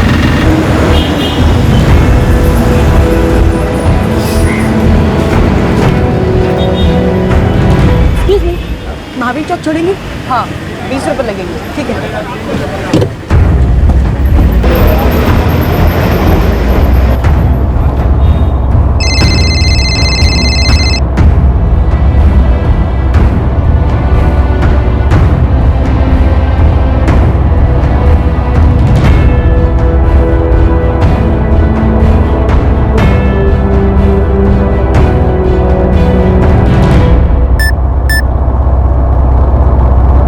चिंता मत करो, महावीर चौक पर पुलिस पहुंच जाएगी।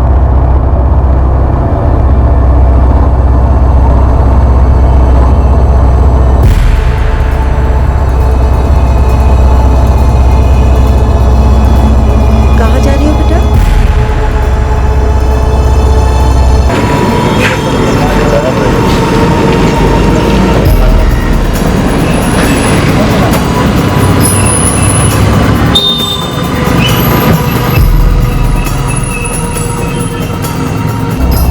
मालूम नहीं दीदी। कोई लेने आने वाला है तुम्हें जोधपुर में? जानती हो उसे? नहीं। बेटा, क्या करने जा रही हो जोधपुर में? पता नहीं, वो बताएंगे। ऐसा कहा था।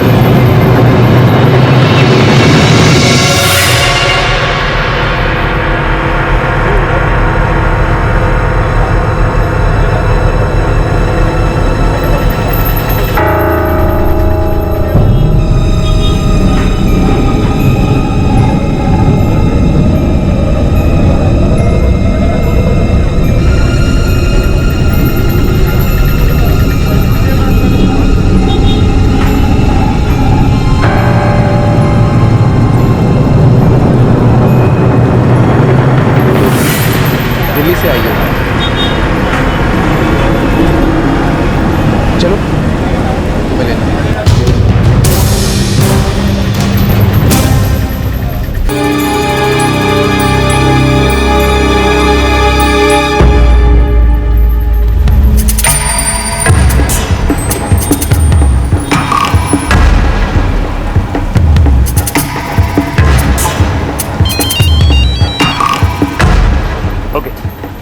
लड़की को साथ ले लिया, उतरने वाले। कुमार फास्ट चलिए।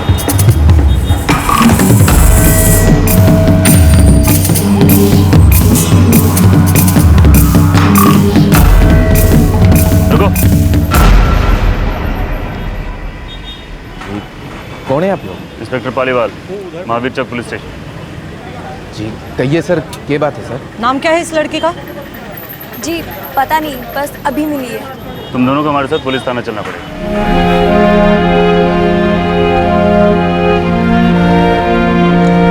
ले चलो इन लोगों को।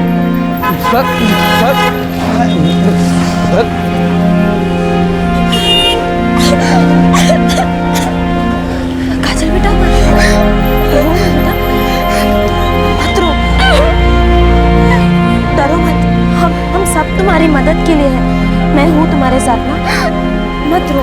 हाँ आप लोग भी हमारे साथ चलिए प्लीज, केस दर्ज कर दो। ठीक है सर, चलिए चलो।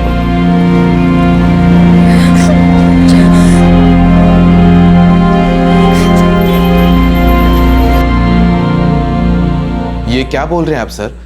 ये किस तरह का इल्जाम लगा रहे हैं आप हम पर? हम ट्रैफिकर नहीं है सर, हम डिसेंट लोग हैं। हमने उस लड़की को सिर्फ घर के कामकाज के लिए बुलवाया था।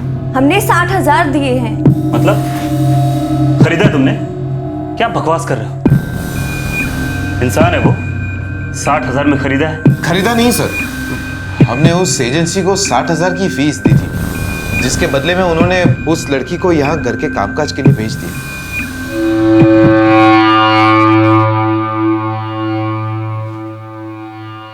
काजल बेटा, दिल्ली कैसे आई? कौन लाया है तुम्हें? किसने भेजा तुम्हें? बताओ बेटा।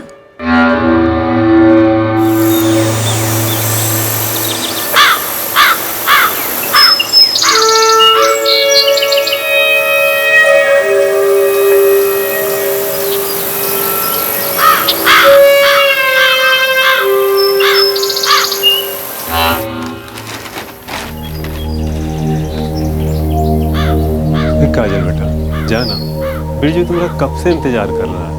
माँ हम नहीं जाएंगे, हम यहीं पे काम कर लेंगे। यहाँ पर कहाँ काम है ज़्यादा? बिरजू का बोलता है कंप्यूटर, वो सीख लोगी, कुछ और सीख लोगी, काम मिलेगा, पैसा मिलेगा। देख बेटा काजल, जो हम कमाते उसमें तो हमारा गुजारा नहीं होता। तू बिरजू के साथ जाएगी, कुछ काम करेगी तो 2 पैसे आ जाएंगे, पैसा जमा होता रहेगा, वो तेरी शादी में काम आएगा बेटा। पर माँ, हम आपके और पापा के बिना नहीं रह सकते। आदत पड़ जाएगी झट से, इसी में तुम्हारी भलाई है। तुम जाओ।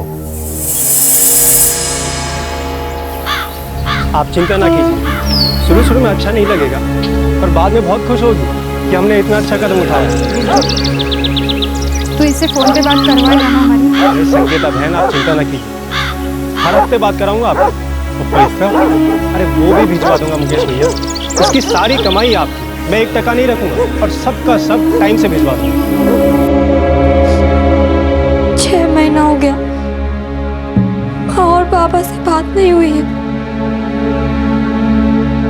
काजल बेटा, तुम वापस घर जाना चाहती हो ना?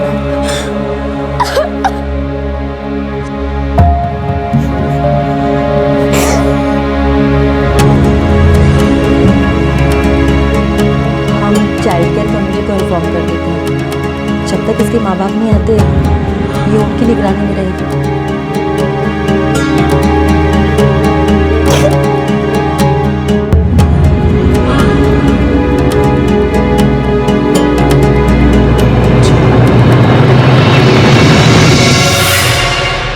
जेएस प्लेसमेंट सर्विसेज, उद्योग विहार, सेक्टर 23, दिल्ली पुलिस को कॉल करो और इन्फॉर्म करो इसके बारे में। सर। जी सर, अब हम तो जा सकते हैं ना सर? लड़की खरीदी तुमने, केस दर्ज होगा तुम पर। बात कुछ पल्ले पड़ रही है? अभी सब मजाक लग रहा था। ले जाओ इनको।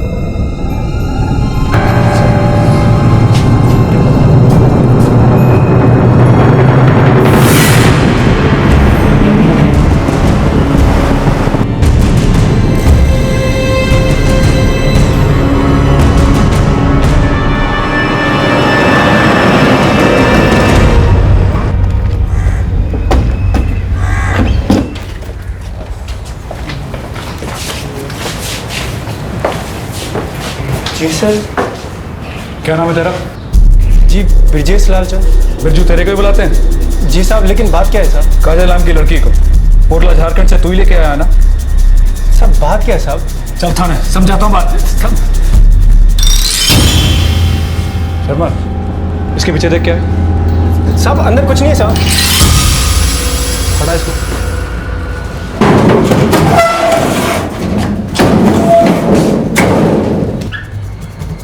लॉक है सर। चल खोल इसे। साहब ये स्टोर रूम है साहब, अंदर बस कूड़ा का बड़ा पड़ा है साहब। तू दरवाजा खोलता है, मैं तुझे खोल।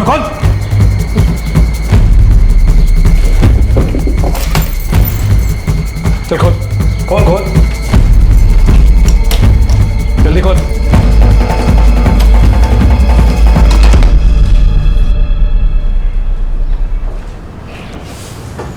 देखो शर्मा, चल।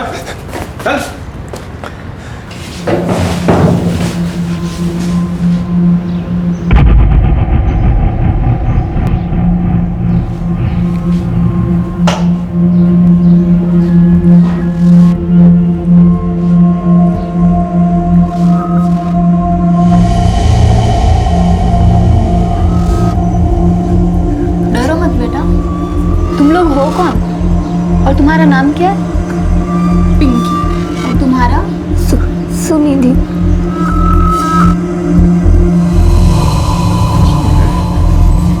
बच्चियों को तू कूड़ा कबाड़ बोल रहा था? सब इनकी तस्करी कहाँ से की तूने बोल? सब मेरे काम साफ सुथरा है साहब। सभी काम करने के लिए आई है साहब यहाँ पे। सब दिख रहा है कितना काम तेरा साफ सुथरा है। बच्चे को ले जाओ यहाँ से। शर्मा, एजेंसी बंद कराओ। सब अच्छा मेरी बात तो सुनो साहब। सब सुनो तो।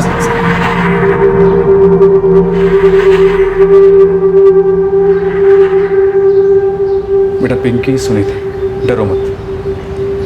बोलो कहाँ से आई तुम लोग यहाँ? मैं बंगाल से आई हूँ। मैं उड़ीसा से। इधर कैसे पहुँचे तुम दोनों?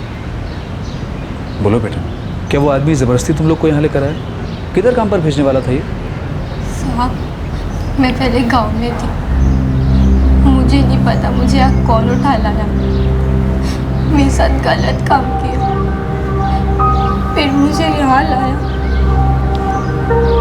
गांव में पड़ोस में मंदिरा आंटी है, वो मुझे लेके आई, कहा कि दिल्ली घूमने फिरने लाई है। तुम दोनों दिल्ली में कब से? 2 महीने से। पहले मैं हरियाणा में थी, बाद में मुझे पता चला कि बिरजू मुझे मुंबई ले जाएगा किसी बार में काम कराने के लिए। 2 दिन हुआ मैं इधर आई, मंदिरा आंटी बिरजू के पास छोड़कर चली गई। सर मुझे घर वापस जाना है। देखो बेटा, तुम लोग चिंता मत करो, हम सब इंतजाम कर देंगे। तुम लोग यहाँ सही सलामत हो। चाइल्ड केयर कमेटी को बुलाओ। Yes sir.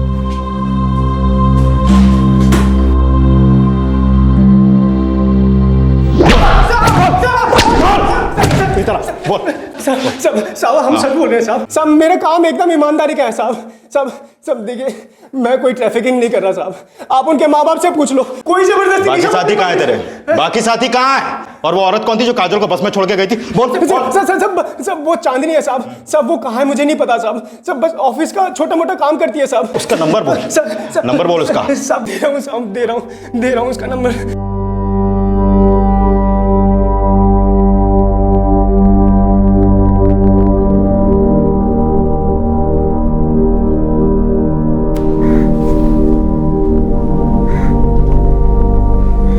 कैसी हो काजल?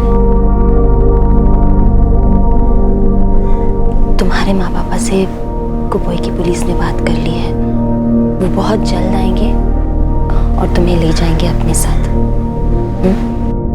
देख बेटा काजल, जो हम कमाते उसमें तो हमारा गुजारा नहीं होता। पर माँ, हम आपके और पापा के बिना नहीं रह सकते। खुश?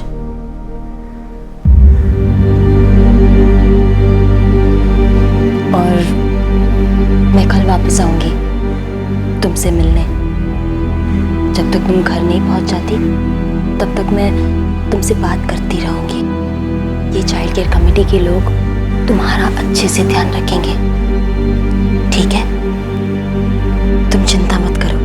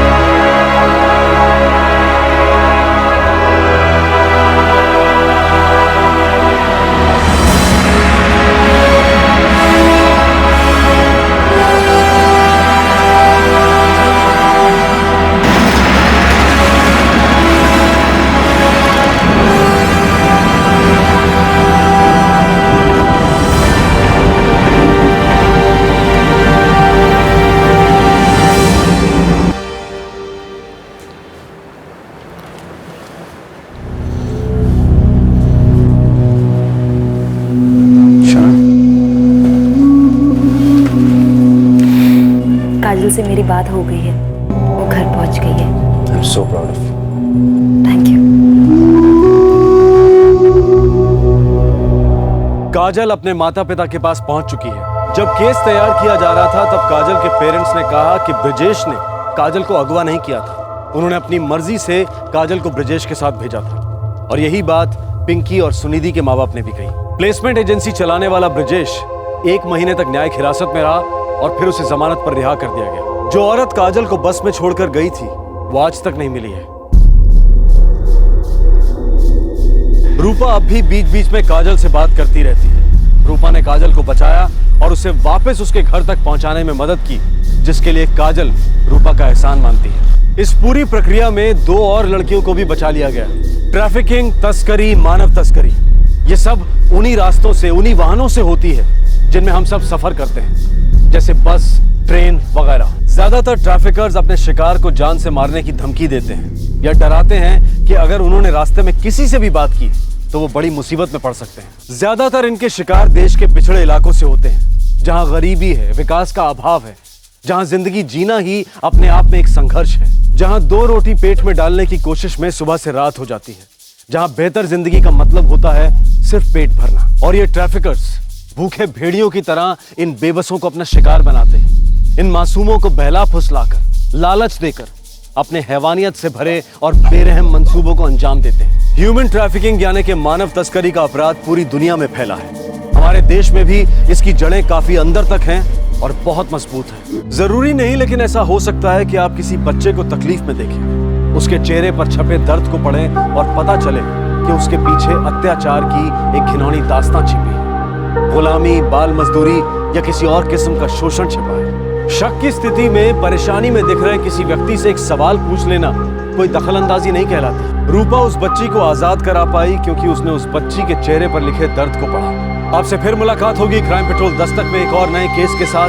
तब तक अपना ख्याल रखें, सुरक्षित रहें और याद रखें, आपकी सतर्क नजरें इस मानव तस्करी को कमजोर बना सकती हैं। जय। इस तरह के और भी एपिसोड देखने के लिए हमारे चैनल को सब्सक्राइब करें और बेल आइकन दबाना ना भूलें।